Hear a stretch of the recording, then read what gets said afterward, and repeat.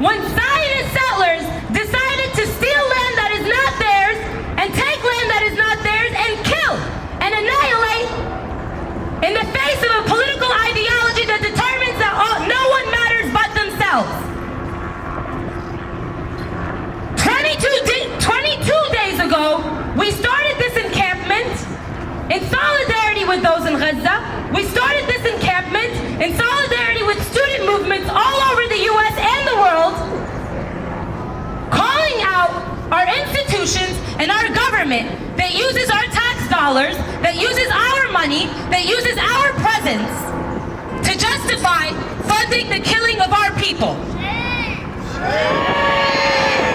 You have on this campus former IDF soldiers, now parading as administrators, walking through our campus, making decisions, speaking on behalf of us as students.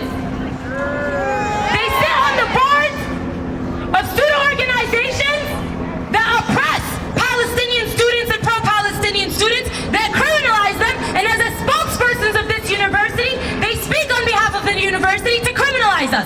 Former IDF soldiers who now support the IDF, the Israeli occupation forces, killing our people in Gaza. So we are here today, and we have been here every day, and we will be here every day in many different forms of protest, in every single way, to say that as long as our people are being annihilated, you will continue to hear from us, you will continue to hear from us, and we will continue to be a fucking headache.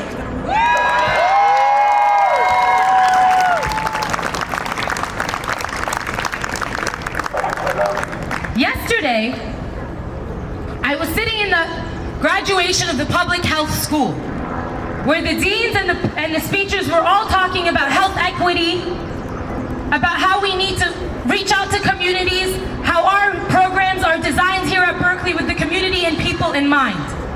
While I was sitting there, when there was no mention of the genocide, I received a text message saying that there's a 3-story house in Nusayrat, in the middle of Gaza, that has just been bombed.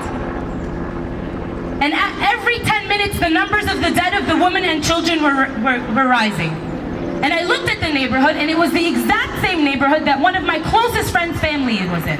And I kept hectically texting and talking and calling and not hearing back. And so for an hour, I thought that it was my friend's family that was bombed, because it was the same exact neighborhood. For an hour, as I was trying to navigate and listen through these formalities of a ceremony that began with a disclaimer, we understand that there's something happening in Israel and Gaza, but please, if you can, respect the silence and do not mess the ceremony. I had to listen to that disclaimer. I was trying to figure out whether my friend's family was alive. And then I received a text an hour later saying, Banan, Habibti, they're alive. It wasn't their house that was hit. It was a house a few doors down. And I sighed a sigh of relief. I had to sigh a sigh of relief about 30 people who were killed. 30 people who were killed, I just did not happen to know them. So we are forced to sigh sighs of relief over our own dead, just because we do not happen to know their names. That is what this institution is putting us through. That is what this genocide is putting us through. And that is what we will continue to fight.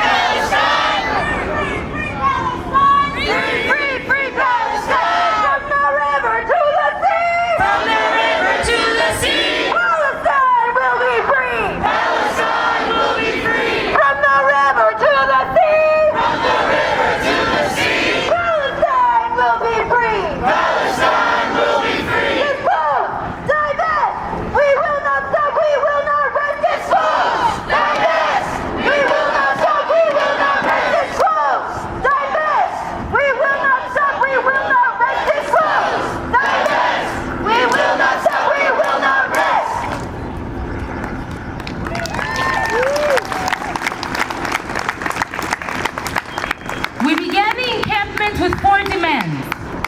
The first one was ending the silence.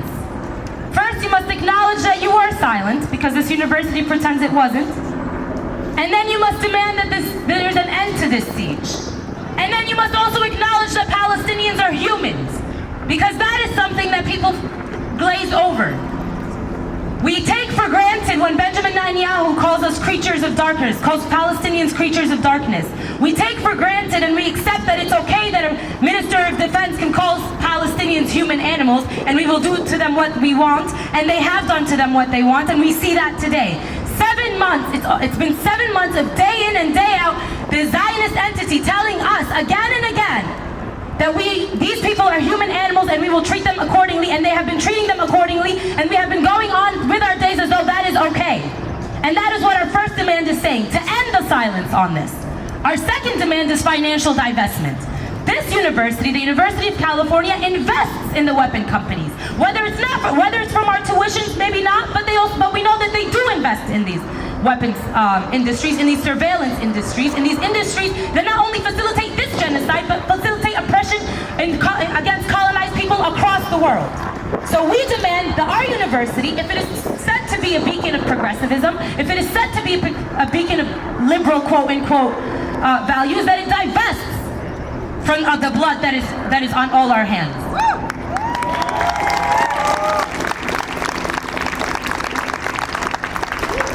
The third is academic boycott. And when we say academic boycott, for those who are against it, when we say cut the ties to institutions, these institutions are hand in hand with the entities that are facilitating this genocide. Tel Aviv University is set to house the very bodies that are stolen from Gaza, to house the very bodies of the prisoners, to house the very bodies in which they steal the organs, the skin, and in which they steal Palestinian bodies and use them for research, for health, for all of these things.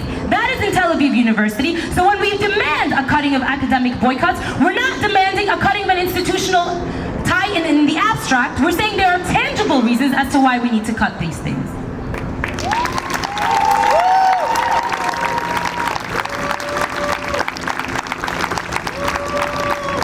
And finally, stop the repression.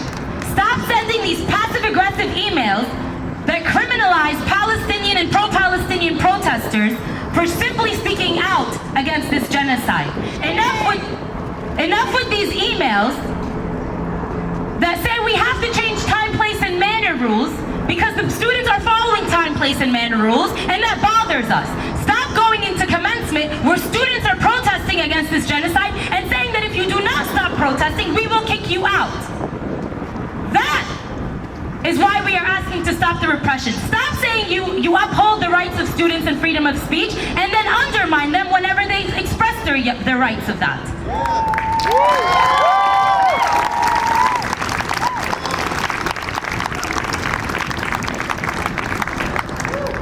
These are the 4 demands that anchor this camp.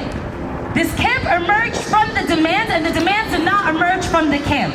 These demands are anchored in the Palestinian movement. These demands are anchored understanding that Palestinian liberation will only come through the hands of the Palestinian resistance, but we will assist them and support them in any way possible. Because the Palestinian resistance and the Palestinian people have given us the benchmarks, have given us the roadmap, have given us the demands that we are demanding. So our demands emerge from the Palestinian movement. They do not emerge from a fight against the admins. They do not emerge where our audience is the Zionists. They emerge where we are honoring the Palestinian movement and honoring the Palestinian people.